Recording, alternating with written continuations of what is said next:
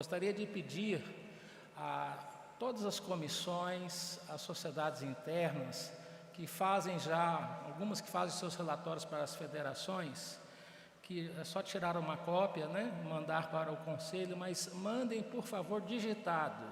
Aqueles que digitam em computador, que puderem, mandem digitados, porque vai facilitar em muito o trabalho da Secretaria da Igreja quando faz o relatório geral da nossa igreja.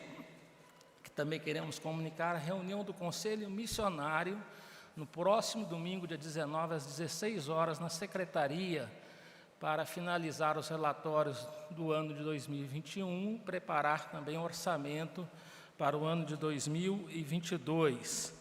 Queremos comunicar com pesar e com tristeza o falecimento da bisneta da dona Tereza Albina, dona Bina. Faleceu a bisneta e também o esposo da sua nora, André. Caiu uma casa em Belo Horizonte e houve este falecimento, trazendo grande tristeza à nossa irmã, e nós rogamos que Deus conforte, console os familiares da dona Bina entristecidos com este falecimento. Queremos comunicar também as programações de final de ano.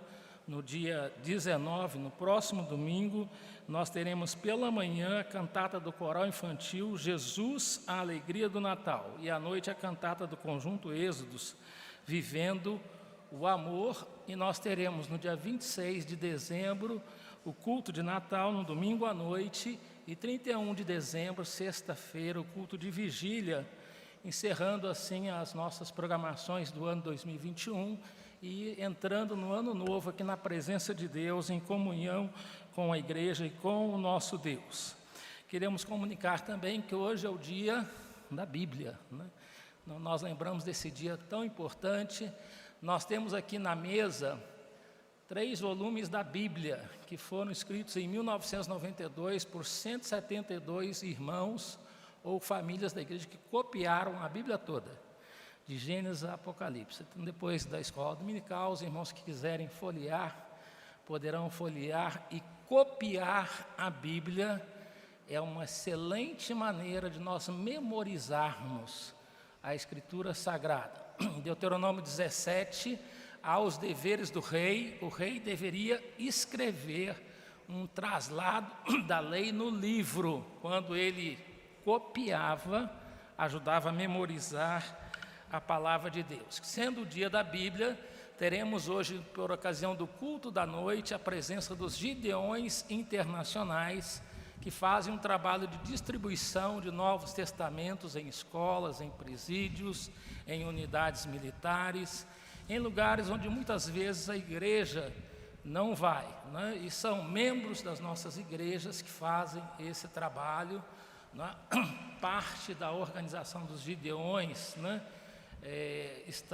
tem muitos presbiterianos, que fazem parte da direção e da organização, que trabalham assim de uma maneira muito eficiente.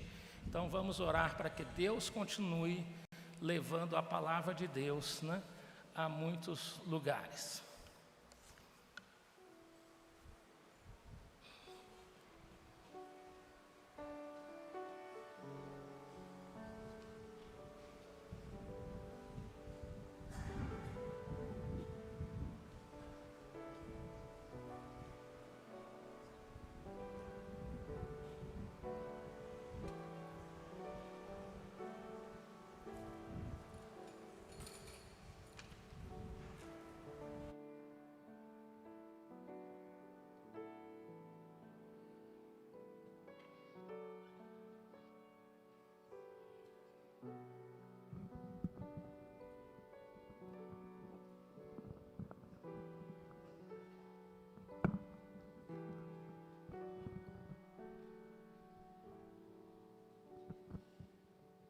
O hino de Natal, estamos no mês do Natal e um mês para comemorar, para relembrar, para cantarmos e louvarmos pelo nascimento de nosso Senhor Jesus Cristo. Então, Natal é crer e anunciar que o Rei nasceu e o seu reinado é eterno. E eu gostaria de comunicar à igreja que nós todos aqui vão participar deste canto também. Porque eu creio que muitas pessoas gostariam de estar cantando também hino de Natal. É o 2, 3, 1.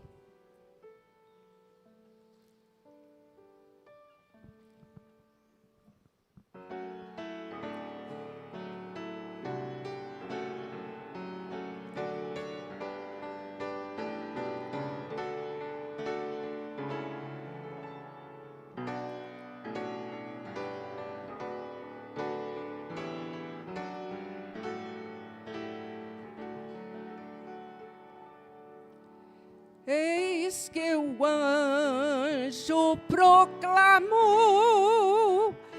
o primeiro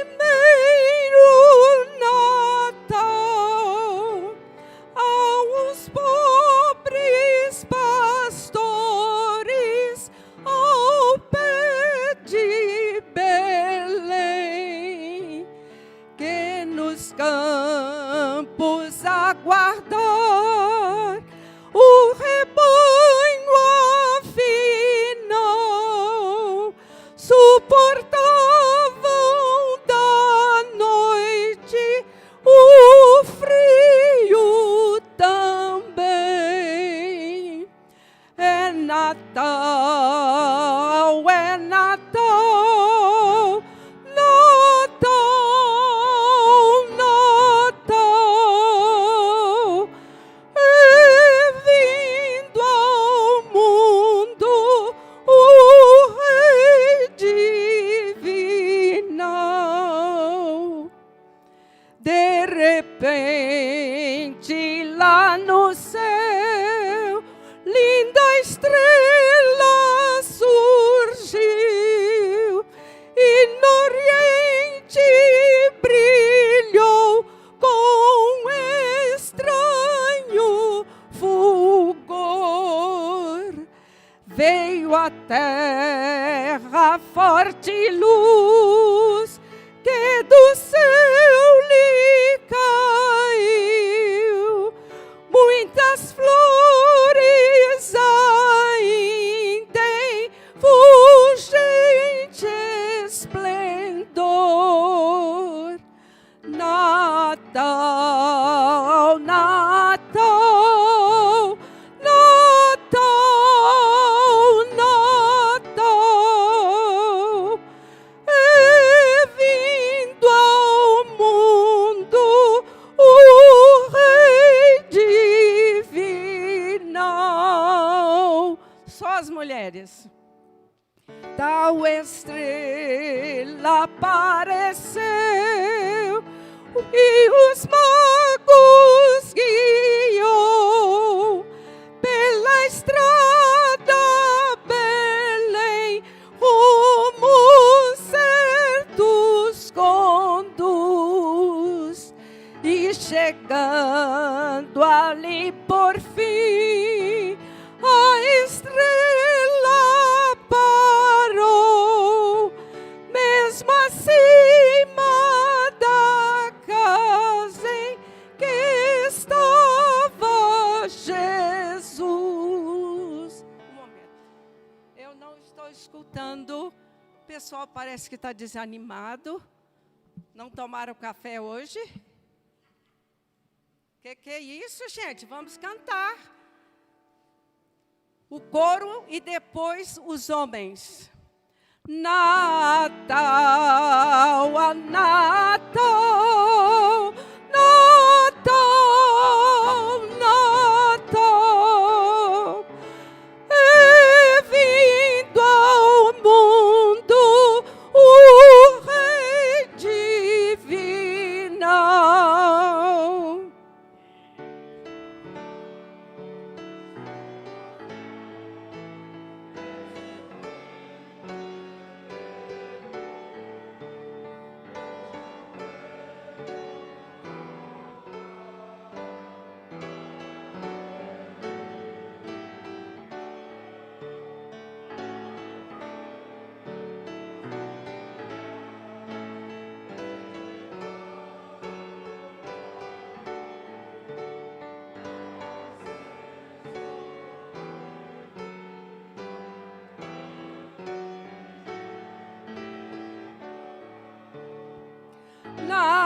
Natal, Natal,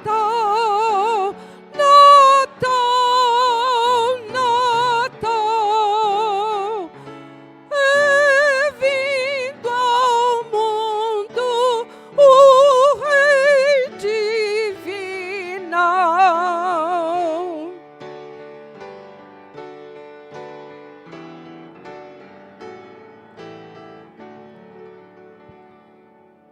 E como ele vimos nós, com imenso fervor, dar louvores sinceros a quem nos amou, adorar de coração o Supremo Senhor, que morrendo na cruz nossas almas salvou.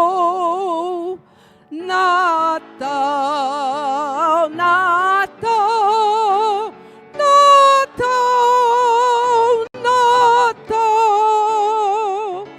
é vindo ao mundo o Rei divinal. Natal, Natal, Natal, Natal, é vindo ao mundo o Rei divinal.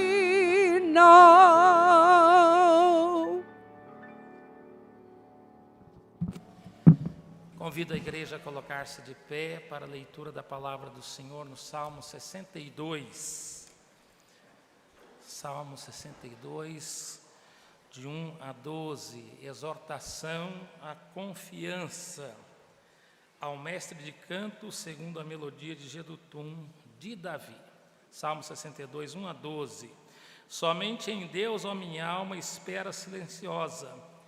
Dele vem a minha salvação. Só Ele é a minha rocha e a minha salvação e o meu alto refúgio. Não serei muito abalado. Até quando acometereis vós a um homem, todos vós, para o derribardes como se fosse uma parede pendida ou um muro prestes a cair? Só pensam em derribá-lo da sua dignidade, na mentira se comprazem, de boca bendizem, porém no interior maldizem. Somente em Deus, ó minha alma, espera silenciosa, porque dele vem a minha esperança. Só Ele é a minha rocha e a minha salvação e o meu alto refúgio. Não serei jamais abalado. De Deus dependem a minha salvação e a minha glória. Estão em Deus a minha forte rocha e o meu refúgio. Confiai nele, ó povo, em todo o tempo. Derramai perante ele o vosso coração. Deus é o nosso refúgio. Somente vaidade são os homens plebeus. Falsidade os de fina estirpe. Pesados em balança eles juntos, são mais leves que a vaidade. Não confieis naquilo que extorquis, nem vos vanglorieis na rapina. Se as vossas riquezas prosperam, não ponhais nelas o coração. Uma vez falou Deus, duas vezes ouviu isto, que o poder pertence a Deus e a ti, Senhor, pertence a graça, pois a cada um retribuís segundo as suas obras. Confiando no nosso Senhor, que é o nosso Salvador, nós vamos cantar o hino 109. O bom pastor quer o Salvador comigo. Enquanto cantamos este hino, estaremos adorando a Deus com as nossas contribuições, trazendo os dízimos e ofertas na casa do Senhor.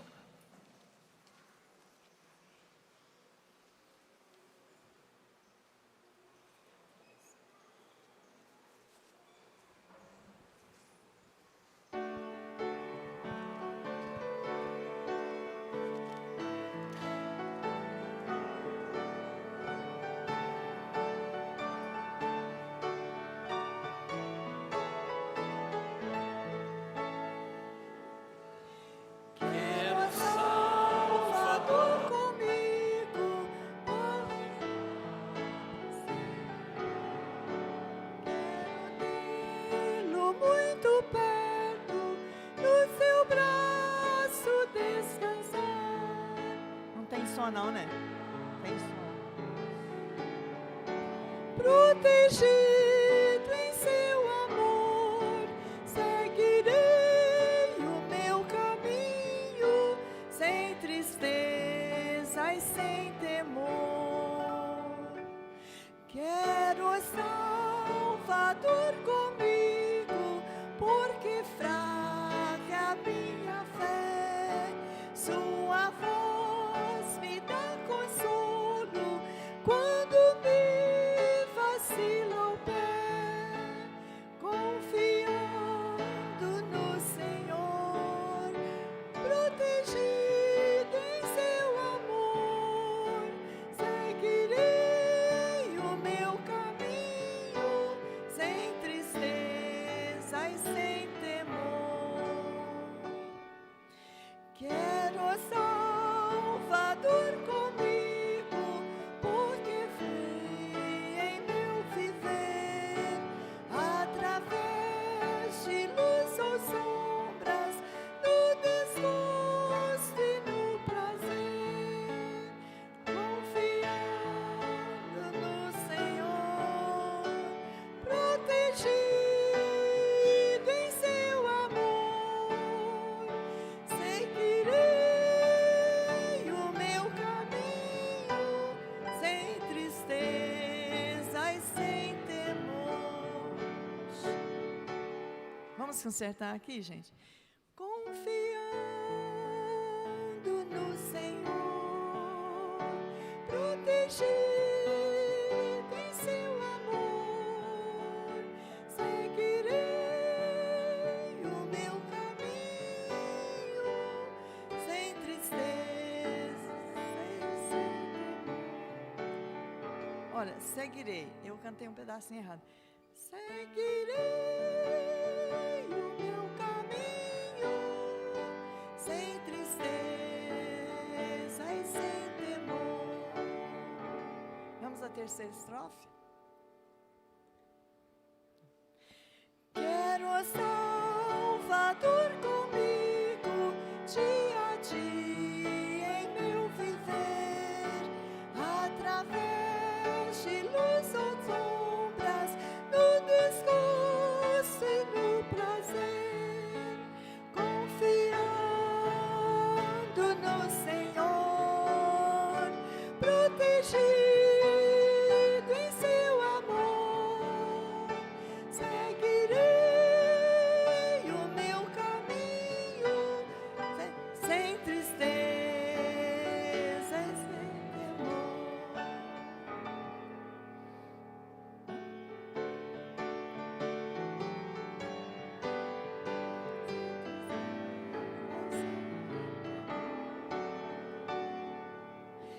Quero o Salvador comigo, sabe o guia e bom pastor, nesta vida além a morte, longe de perigo e dor, confiando no Senhor, protegido em seu amor, seguirei o meu caminho, sem tristeza e sem temor.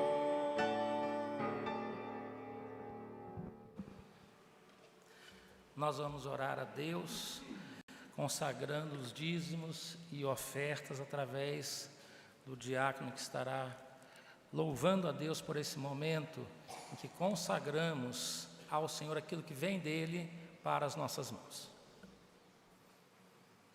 Oremos. Senhor, nós damos graças, Pai, pelo dia de hoje, pelo dom da vida, pela saúde.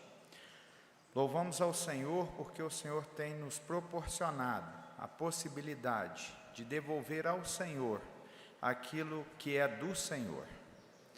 Nós oramos a Deus por essa dádiva, gratos, e pedimos, Pai, que o Senhor continue nos abençoando, nos guardando, humildemente, Pai, e dando esclarecimento necessário para que a liderança da igreja utilize esses recursos da melhor forma possível para o crescimento do Teu Evangelho.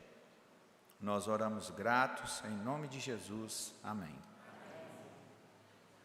A igreja pode sentar-se, nós vamos ouvir mais um solo com a nossa irmã Alicine.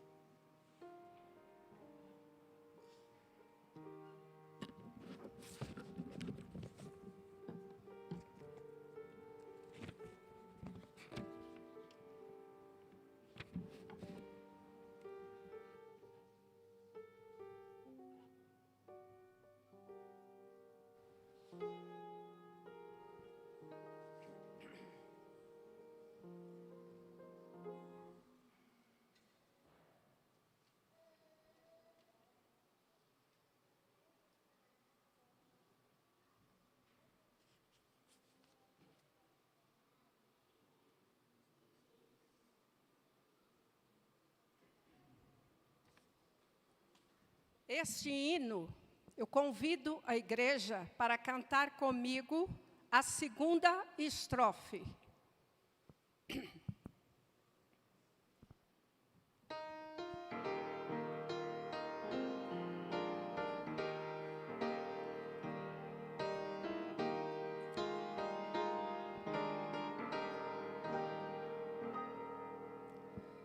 No campo rebanho guardando, os pastores deitados no chão, mal se vê pela luz das estrelas que ao redor as ovelhas estão. De repente um clarão tudo envolve,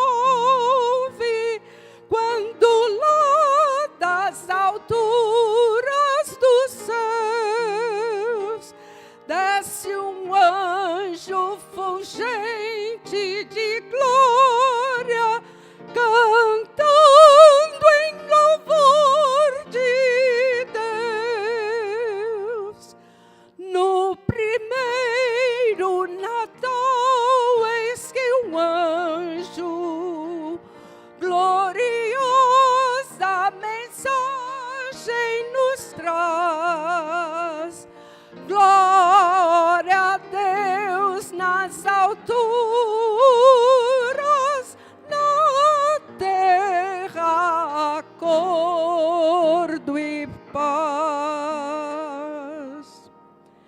Boas novas, alegre vos trago, em Belém Jesus Cristo nasceu. Logo após lindo coro de anjos, aparece cantando no céu. Hoje a mais tão bendita mensagem aos ouvidos de todos soou. Nem tão doce divina harmonia o próprio céu elevou. Ó, bem-vindo Evangelho este mundo, que em pecado e miséria ainda jaz. Glória a Deus nas alturas, na terra acordo e paz.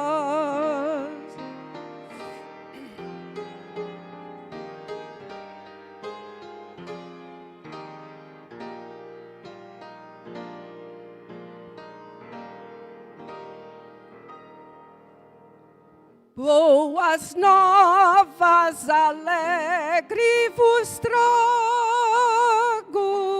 em Belém Jesus Cristo nasceu. Logo após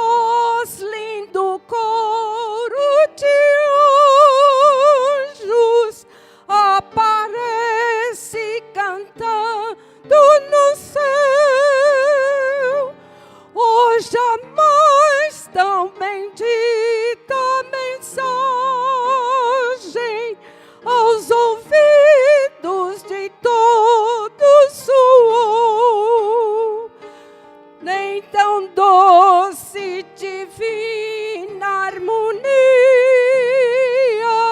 o próprio Deus elevou.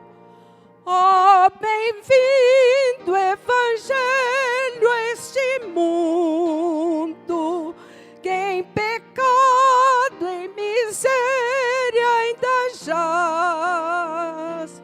Glória a Deus nas alturas, na terra acordo e paz.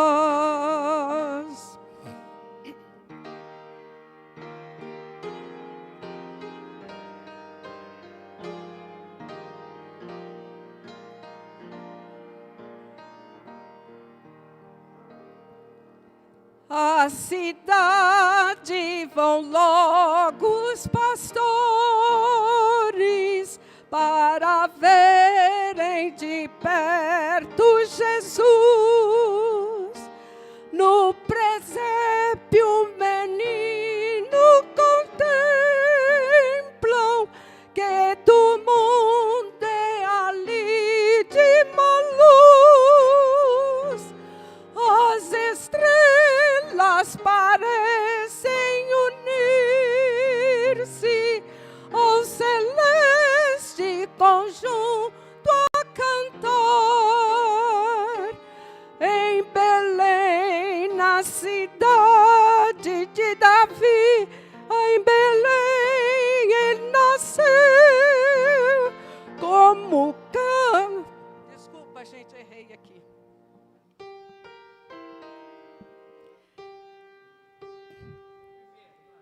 Como cantam e crescem que nunca, desse canto ouviremos as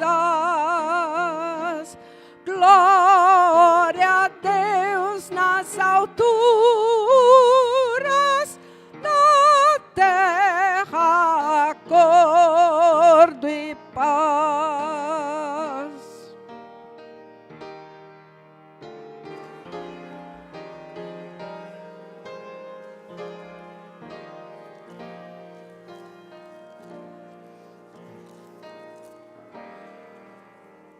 Louvado seja Deus, mês de dezembro, mês do Natal, mês de lembrarmos que Natal é comemorar o nascimento do Senhor Jesus Cristo, daquele que veio ao mundo, que tomou a forma humana, que sofreu as nossas dores, que morreu a nossa morte na cruz do Calvário, para nos dar a salvação. Nós vamos abrir a Bíblia, Lamentações de Jeremias, capítulo 3, versículos 24 e 25.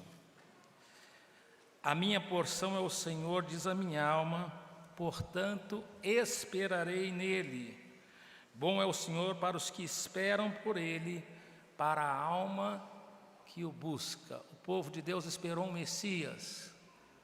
Deus ouviu, Deus enviou o seu Filho ao mundo para trazer a paz e a consolação. E Ele ouve a nossa súplica, a nossa oração. Nós vamos orar pelos aniversariantes, pelas famílias no altar, pelas crianças e professoras que vão se dirigir para a escola dominical. Então chamamos as crianças, as professoras para estar aqui à frente.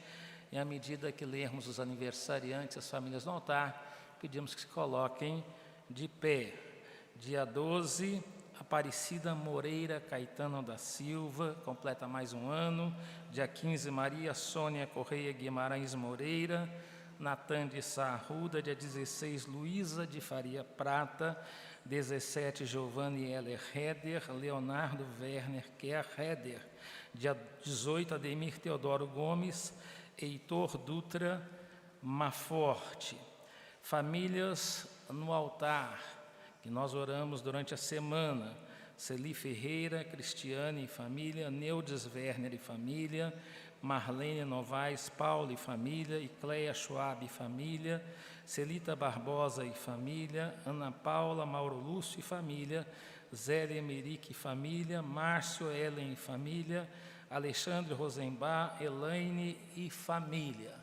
Pedimos aos aniversariantes, famílias no altar, que se coloquem de pé, e as crianças aqui na frente, as professoras, para dirigirem-se para o estudo da palavra do Senhor nesta manhã, onde vamos aprender mais acerca do Evangelho, mais acerca da graça de Deus, acerca de Jesus Cristo, o nosso Senhor e o nosso Salvador, a quem nós louvamos, né? E nesse mês de dezembro, especialmente, nós divulgamos a alegria do Natal, do nascimento do Senhor Jesus Cristo. Vamos orar, vamos falar com o nosso Deus. Santo Deus, eterno Pai, na Tua presença nos encontramos nesta manhã. Colocamos diante do Senhor irmãos e irmãs que comemoram mais um ano de vida nesta semana. Pedimos, ó Deus, a bênção do crescimento espiritual, na comunhão do Senhor Jesus sobre estas vidas. Pedimos pelas famílias no altar e pedimos, ó Deus, o fortalecimento dessas famílias, dos laços de amor e união, ó Deus, para que estejam sempre unidos e firmes em Cristo Jesus. Diante do Senhor colocamos a vida de cada uma dessas crianças, das professoras que ensinam, que orientam e que pelo poder do Teu Santo Espírito imprimem os valores e princípios da palavra do Senhor em seus corações. Fala conosco através da Tua palavra nesta manhã, em nome de Jesus. Amém. Deus abençoe os aniversariantes, as famílias no altar, as crianças, as professoras, no estudo da palavra do nosso Deus. E nós vamos abrir a Bíblia no Evangelho de Mateus, capítulo 26, versículo 26 a 30, que é um texto bem conhecido, que fala acerca da ceia do Senhor. O tema da nossa lição nesta manhã é a lição 9, o culto cristão, ou a missa, a hóstia e o sacrifício de Cristo. Mateus 26, 26 a 30. Enquanto comiam, tomou Jesus um pão e, abençoando, partiu, deu aos discípulos, dizendo: tomai e comei, isto é o meu corpo. A seguir tomou um cálice, tendo dado graças, o deu aos discípulos, dizendo: bebei dele todos, porque isto é o meu sangue, o sangue da nova aliança, derramado em favor de muitos para a remissão de pecados. E digo-vos que desta hora em diante não beberei deste fruto da videira, até aquele dia em que eu hei de beber novo convosco no reino de meu Pai. E tendo cantado um hino, saíram para o Monte das Oliveiras. Nós vamos fazer uma síntese da lição e vamos fazer uma reflexão no texto básico, que é muito importante nós sempre refletirmos no texto básico da nossa lição, não é? A nossa lição começa falando aí sobre o lugar do altar na missa. Segundo Agostinho de Hipona, canonizado como Santo Agostinho pela Igreja Católica, a primeira parte da missa era para todos os cristãos, não? Os mais antigos, os catecúmenos, que são os aprendizes, não? Ou novos convertidos. Terminada a parte de explicação das Escrituras, os catecúmenos eram mandados embora antes da celebração da ceia, não é? Que ficava só para aqueles que eram batizados, né? A Santa Missa, ou a celebração da Eucaristia, é a principal celebração religiosa da Igreja Católica e da Igreja Ortodoxa. As igrejas reformadas também consideram a ceia do Senhor como um sacramento importantíssimo para o culto, né? Inicialmente, a missa dizia respeito ao momento da despedida dos catecúmenos. Depois passou a significar toda a cerimônia religiosa, mas especialmente a Eucaristia, a ceia. O problema é que na doutrina romana, a missa, não é? Ou a Eucaristia, tinha um aspecto muito místico, em que o pão se transformava no corpo físico de Cristo, né?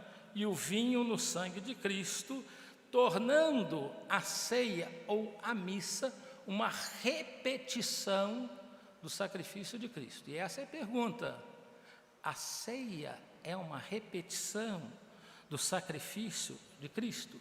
E nesse sentido, o altar se revestia de grande importância na missa, porque o altar representava, né, esse milagre de transformação que acontecia.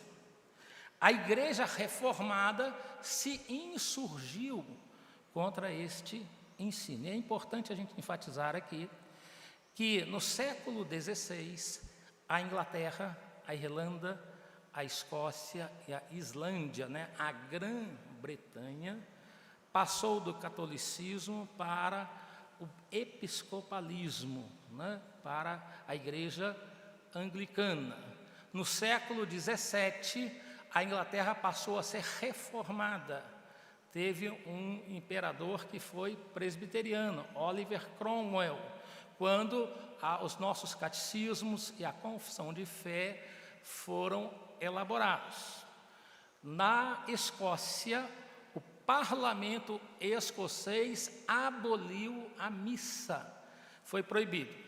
Uma coisa muito interessante é que no século XVI e no século XVII, o parlamento, as discussões que aconteciam no parlamento eram discussões doutrinárias fundamentadas na palavra de Deus, totalmente diferente dos nossos dias.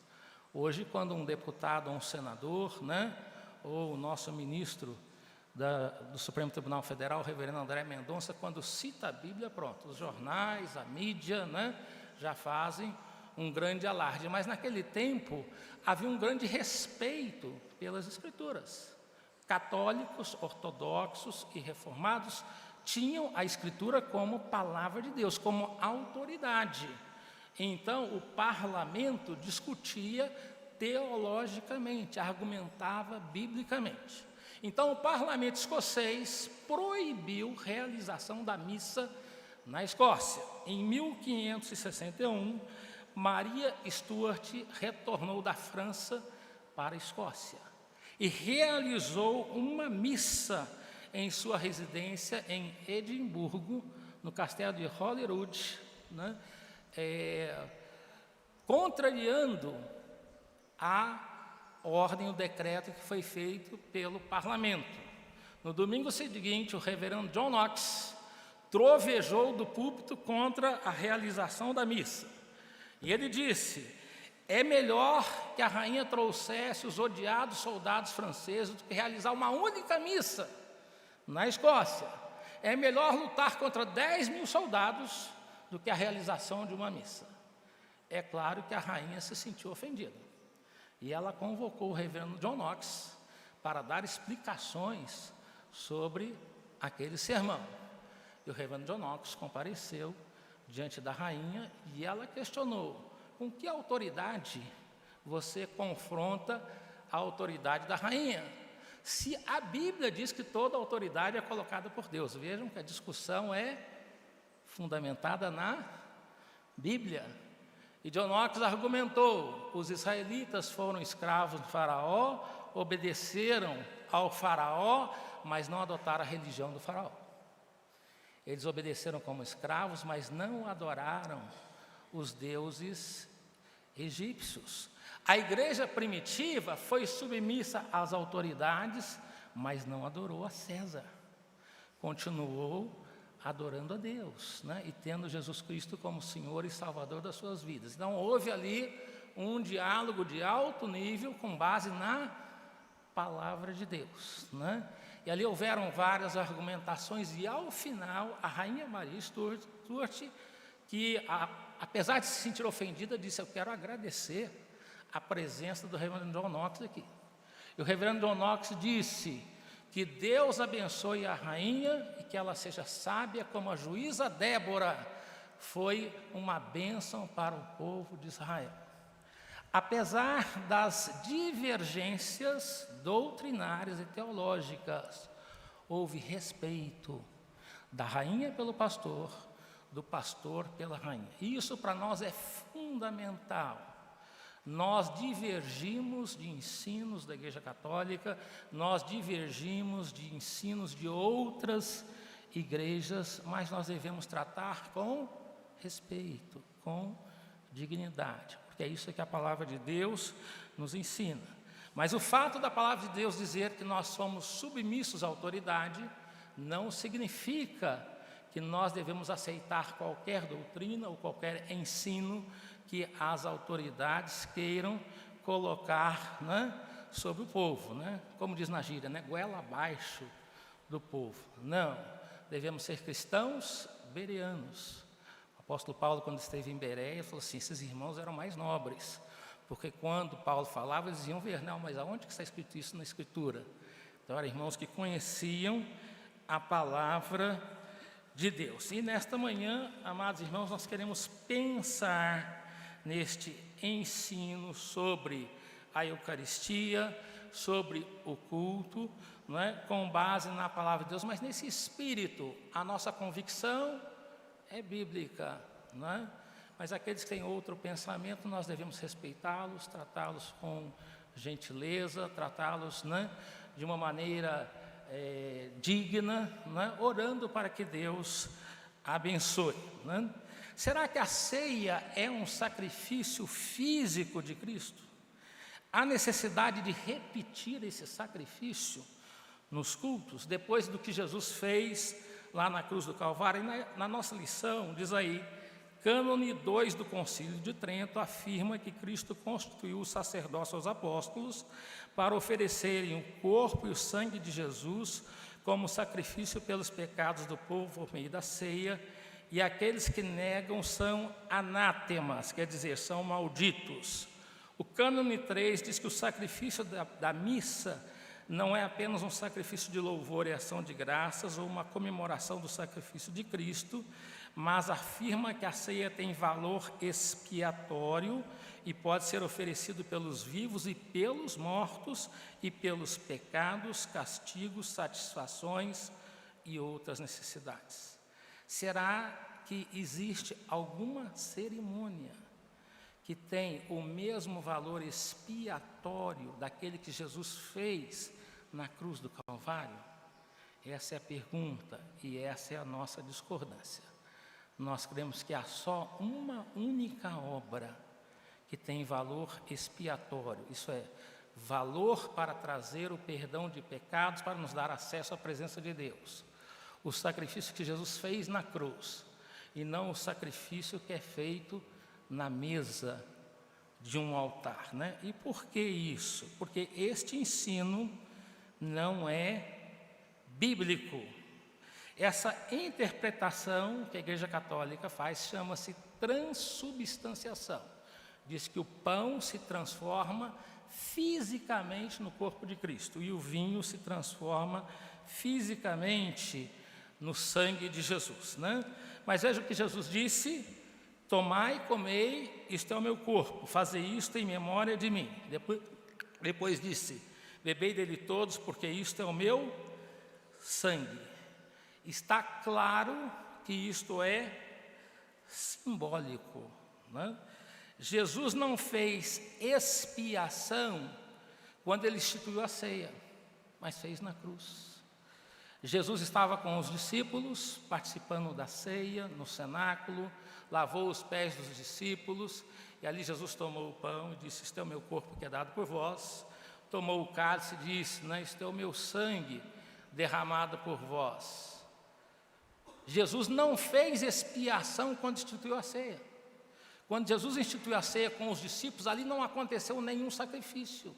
O sacrifício aconteceu quando ele morreu na cruz. Vejam, se Jesus não fez sacrifício antes, quando ele estabeleceu a ceia, como que nós, né, pastores, religiosos, frágeis e limitados, podemos dizer que estamos repetindo o sacrifício de Jesus? Se Jesus, antes de morrer, não transformou o pão no seu corpo, não transformou o vinho no seu sangue. Ali claramente foi simbólico e profético.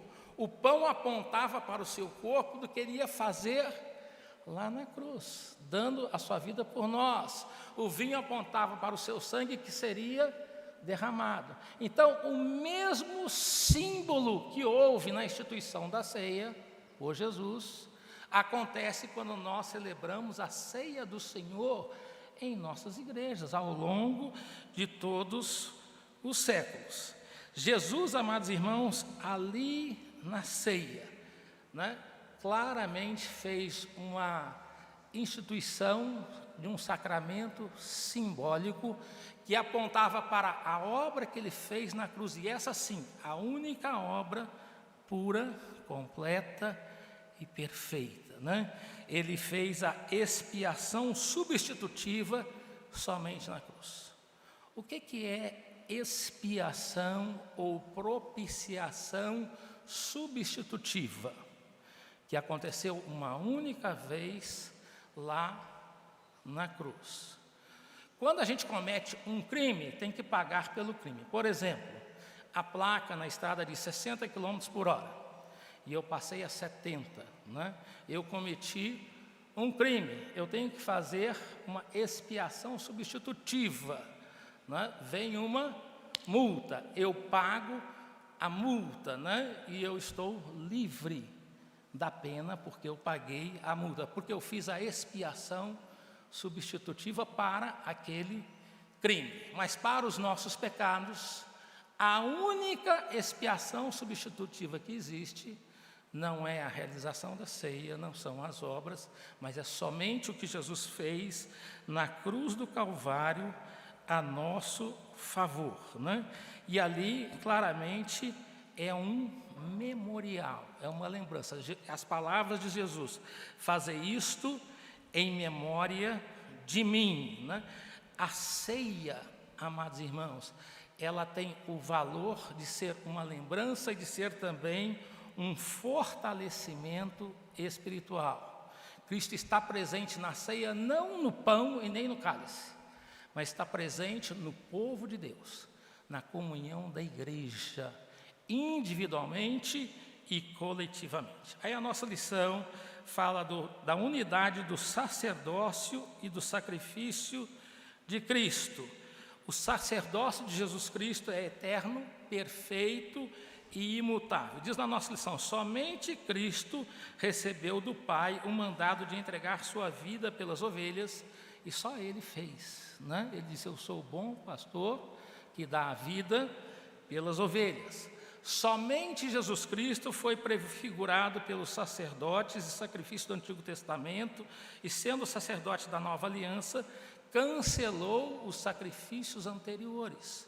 Nós não trazemos bois, ovelhas, né, bodes na casa do Senhor, porque Jesus morreu na cruz por nós e cumpriu todos os sacrifícios lá do Antigo Testamento e substituiu de forma perfeita, né? O escritor de Hebreus se refere à obra de Cristo quando afirmou lá em Hebreus 7:26: com efeito nos convinha um sumo sacerdote como este, santo, inculpável, sem mácula, separado dos pecadores e feito mais alto do que os céus. E lá em Hebreus capítulo 10, nós aprendemos sobre a perfeição do sacrifício de Cristo, e nós vamos então olhar 4 textos lá em Hebreus 10, que fala sobre esta perfeição. Hebreus 10, versículo 10. Os sacerdotes ofereciam sacrifícios todos os dias, mas Jesus ofereceu sacrifício uma única vez. Hebreus 10, 10 diz: nessa vontade é que temos sido santificados mediante a oferta do corpo de Jesus Cristo, uma vez por todas. Então, há um só sacrifício expiatório, que não é a ceia, que não é a Eucaristia, que não são as obras, né? Por mais nobres que elas sejam, a única oferta é a que Jesus Cristo fez na cruz do Calvário, né? Jesus ofereceu uma única vez e para sempre. A obra que Jesus fez não tem valor transitório, mas tem valor eterno. Hebreus 10, 12, diz assim: Jesus, porém, tendo oferecido para sempre um único sacrifício pelos pecados, assentou-se à destra de Deus. Não tem cadeira no Santo dos Santos para o sumo sacerdote sentar. Não tem cadeira no lugar santo, onde os sacerdotes oferecem sacrifício, porque eles têm que repetir os sacrifícios. Mas Jesus ofereceu o sacrifício uma única vez, de valor eterno para todos sempre, e sentou-se à direita do Pai Celestial. E com esse sacrifício ele santificou a muitos, Hebreus 10, 14, porque com uma única oferta aperfeiçoou para sempre quantos estão sendo santificados. Nenhum sacrifício, nenhuma obra, né, nenhuma tentativa de repetir o sacrifício de Cristo por meio de uma cerimônia pode nos santificar. Quem nos santifica é Jesus Cristo, através do seu Santo Espírito. E quando Jesus ofereceu este sacrifício único, completo e perfeito, não há necessidade de nenhum outro sacrifício. Veja Hebreus 10, 18, onde a remissão destes já não há oferta pelo pecado. Quando nós fazemos a nossa oferta no gasofilácio, nós não trazemos pelo pecado, nossos pecados já foram perdoados. As ofertas que trazemos são expressão de gratidão a Deus, pela salvação, pelas bênçãos que Ele nos dá e para a manutenção da igreja do Senhor Jesus Cristo.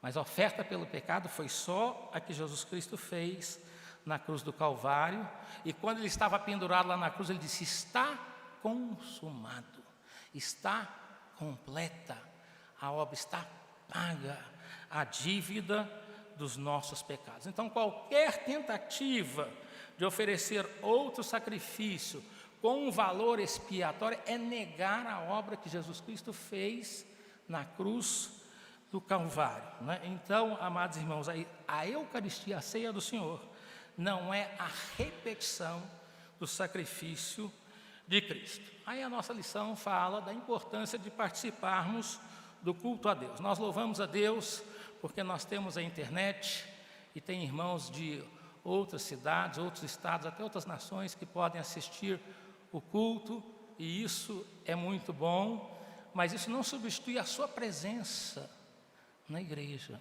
na casa do Senhor. A presença na casa do Senhor é importantíssima, estar com os irmãos, ser edificado presencialmente, né? Com os irmãos em oração, em hinos, em louvores, na palavra de Deus, né?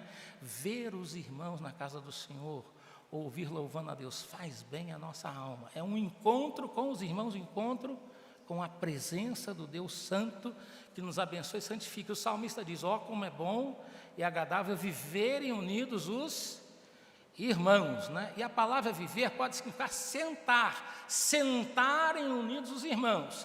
Isso traz a ideia de uma refeição.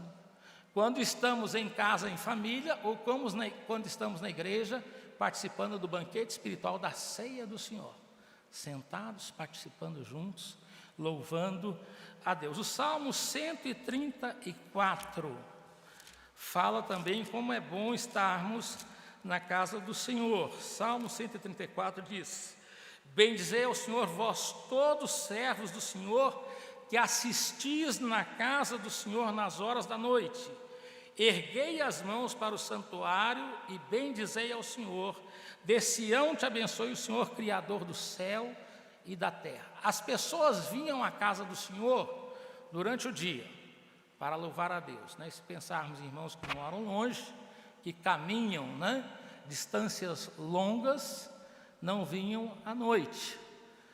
Igrejas como a nossa aqui e outros lugares que tem muito trabalho de zona rural, pessoas caminhavam 10, 20 quilômetros, hoje podem vir de carro, mas caminhavam caminhadas longas para vir à casa do Senhor de dia, não vinham à noite. Mas o que acontecia à noite na casa do Senhor? Os levitas enchiam os castiçais com óleo, com azeite, para iluminar a casa do Senhor. Mantinham o fogo vivo no altar.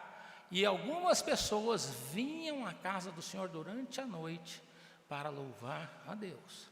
Nós lemos lá em Lucas que Ana, dia e noite, estava na casa do Senhor. Tinha 84 anos de idade, casou-se e depois de 7 anos de casada, ficou viúva.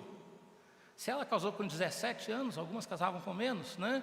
Com 24 anos estava viúva, então pelo menos 60 anos, dia e noite, na casa do Senhor, buscando, adorando, louvando a Deus, com esperança. Eu vou ver o Messias.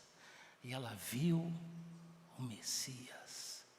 Ver o templo majestoso que Herodes gastou 46 anos para reformar, traz grande alegria. Quando pinta a igreja, né, quando faz uma reforma, nós gostamos, ficamos felizes, né? Mas ver o Messias, ver a Jesus, essa é a grande bênção, né?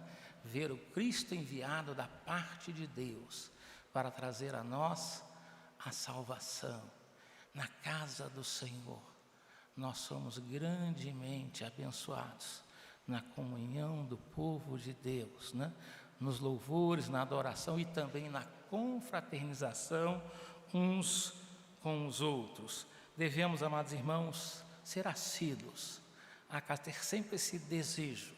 Uma das coisas que me alegrou durante a pandemia, é claro que muitos de nós não gostamos de ter que ficar em casa, né?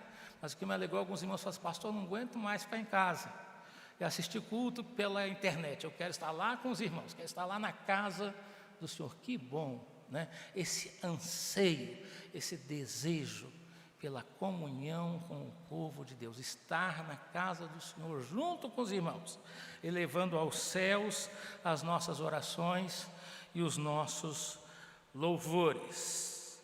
Mateus 26, 26 a 30, qual o sentido, qual o significado da ceia do Senhor? Há pelo menos 4 interpretações sobre a ceia do Senhor.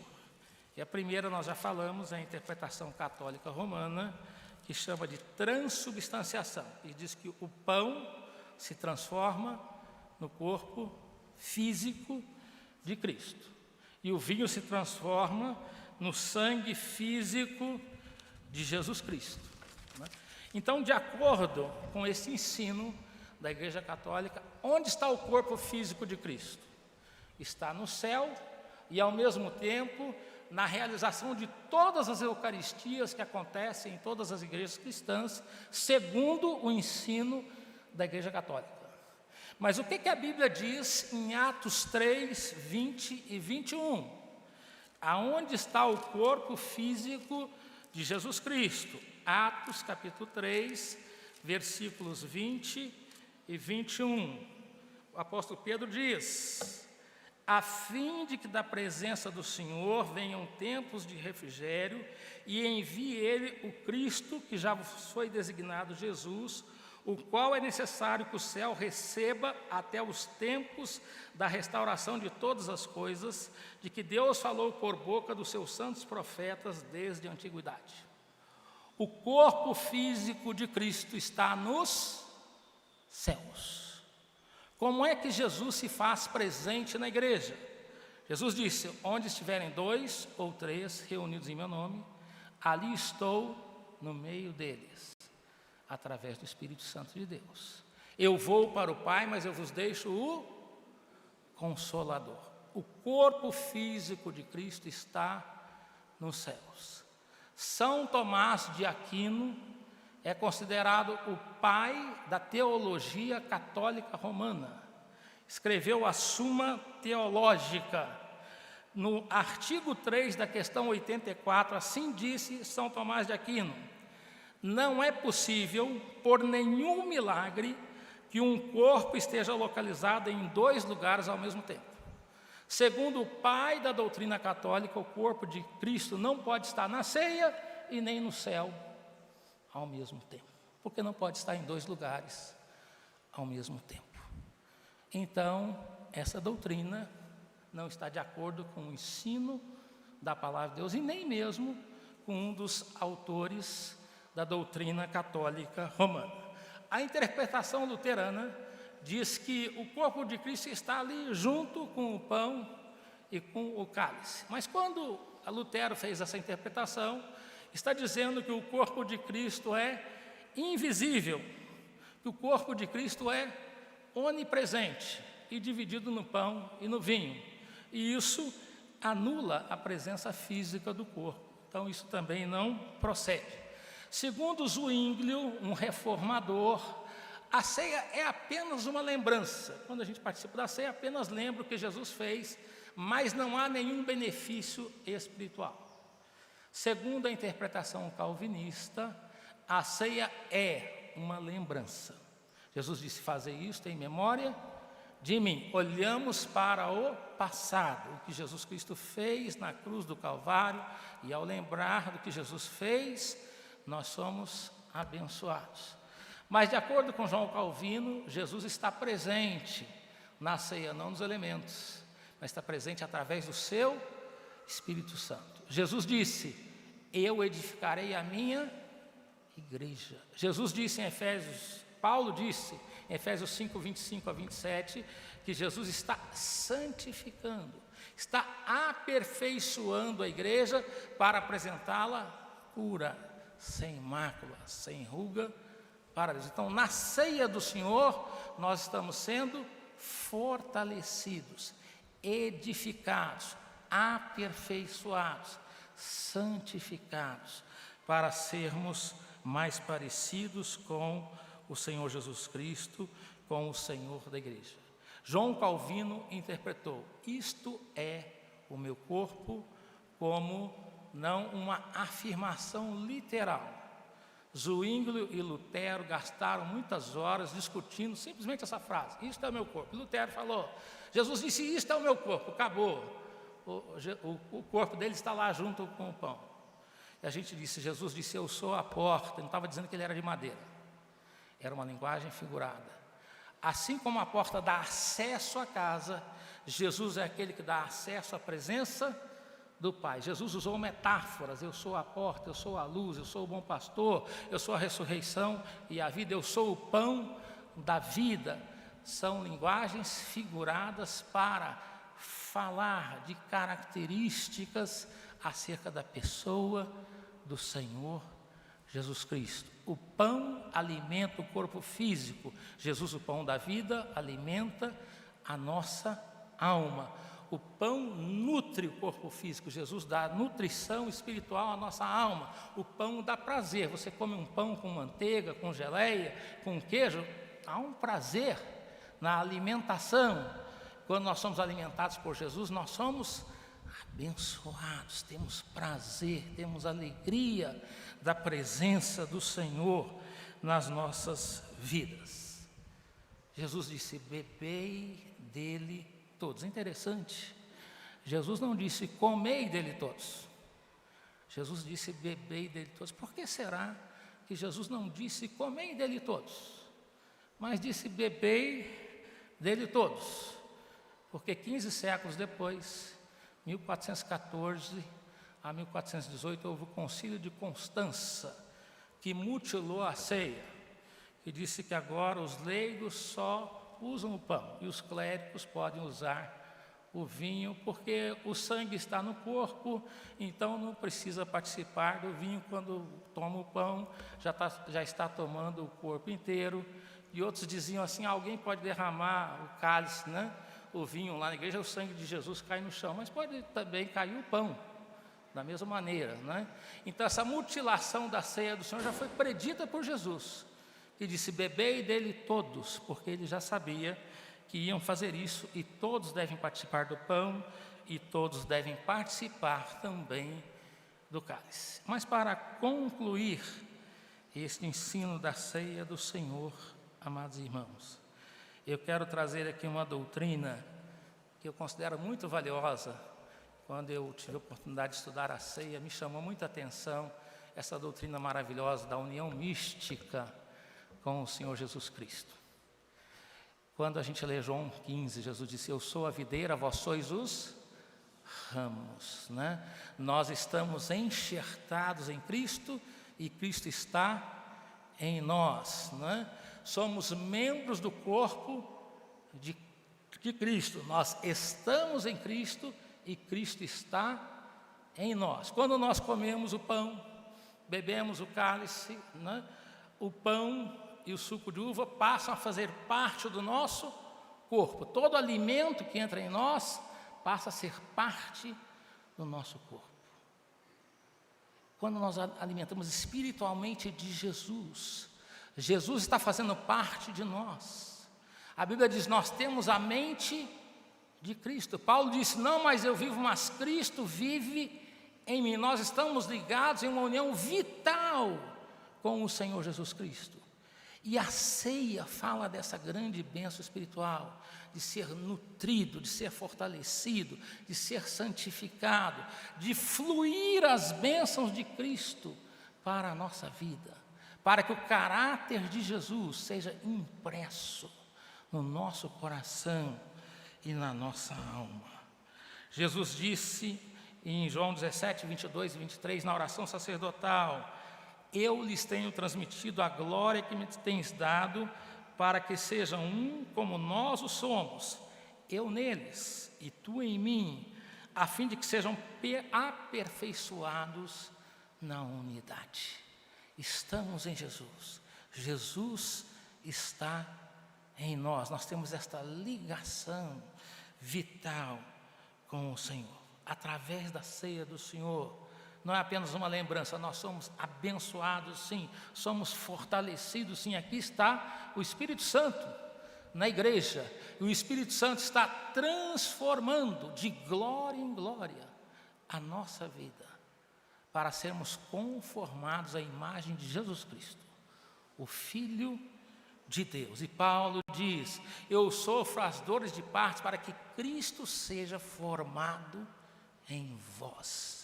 Então, quando participamos da ceia, tomamos o pão e o fruto da videira, não é? Não é o corpo físico de Cristo, mas a vida de Cristo está sendo moldada em nossa vida. Esse é o propósito de Deus, esse é o desejo de Deus. Nós fomos predestinados, escolhidos antes da fundação do mundo, para sermos conformados à imagem de Jesus Cristo, o Filho de Deus. O Espírito Santo está trabalhando no presente, na nossa vida, para fazer esta obra de santificação em nós. E quando Jesus voltar, nós vamos vê-lo e seremos como Ele é, perfeitos e glorificados como Ele é. A ceia nos traz a lição desta bênção. Cristo em nós, nós nele, sendo abençoados e sendo moldados pela sua presença. Que Deus nos fortaleça, que Ele nos abençoe. Nós vamos ficar de pé, cantar o hino 39, que fala do sangue de Jesus Cristo, que nos lavou e nos purificou para sermos aperfeiçoados para Ele.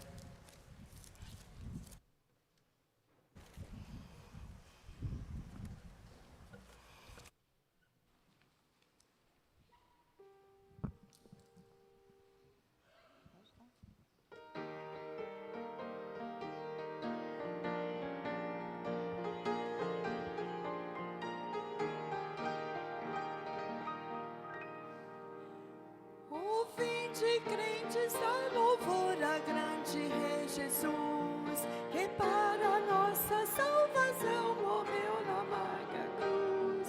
Seu sangue derramou, de tudo me lavou, mais salvo do que a neve me tornou.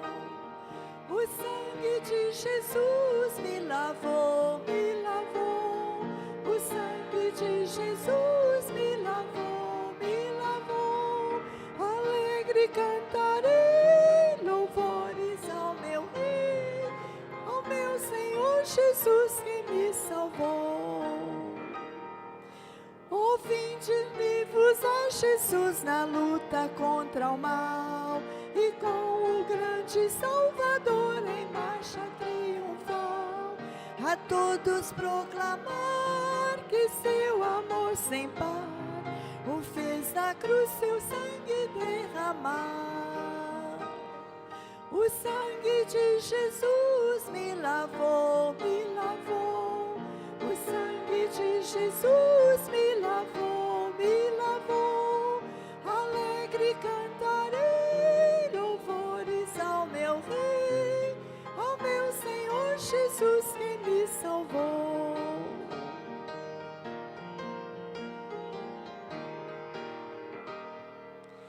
O chefe da milícia é Jesus, meu Salvador, o Rei dos Reis, o Redentor, o eterno e bom Senhor. A tudo vencerá, a vitória me dará, e a glória eterna nos conduzirá. O sangue de Jesus me lavou, me lavou. O sangue de Jesus me lavou, me lavou. Alegre cantarei louvores ao meu Rei, ao meu Senhor Jesus que me salvou.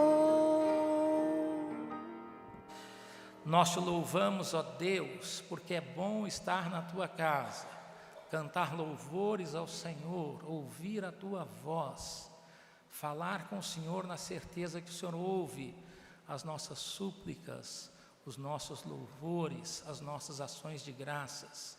E o Senhor sempre nos abençoa e fortalece a nossa vida espiritual. Bom é estar junto com os irmãos, com os teus servos, que buscam, ó Deus, a tua presença, que te louvam e têm o prazer de te buscar, estar, ó Deus, reunidos em teu nome. Bom, Senhor, é sermos fortalecidos também nos sacramentos, no batismo, na ceia do Senhor, em que o Senhor se faz presente pelo teu Santo Espírito para nos fortalecer, para nos santificar, para avivar em nós a esperança da volta, da vinda do Senhor da glória, do Senhor Jesus Cristo, para nos buscar e nos revestir, ó Deus, da imortalidade, da incorruptibilidade, para estarmos para sempre com o Senhor, ó Deus. Te louvamos por mais este dia de vida que o Senhor nos concede, ó Deus, para termos momentos, ó Deus, prazerosos na presença do Senhor. Abençoe e fortalece cada família da igreja, levando-os em paz aos seus lares. Abençoe aqueles que em seus lares estão, ó Deus, ouvindo a Tua palavra, estão também louvando e adorando o Senhor, e sejam fortalecidos, ó Deus, na comunhão das suas famílias, ó Deus. Fica conosco neste dia, ó Deus, nos dando a Tua paz. Oramos em nome de Jesus. Amém. Que a graça do Senhor Jesus Cristo, o amor de Deus, o nosso Pai, a comunhão, as ternas consolações do Espírito Santo sejam sobre vós hoje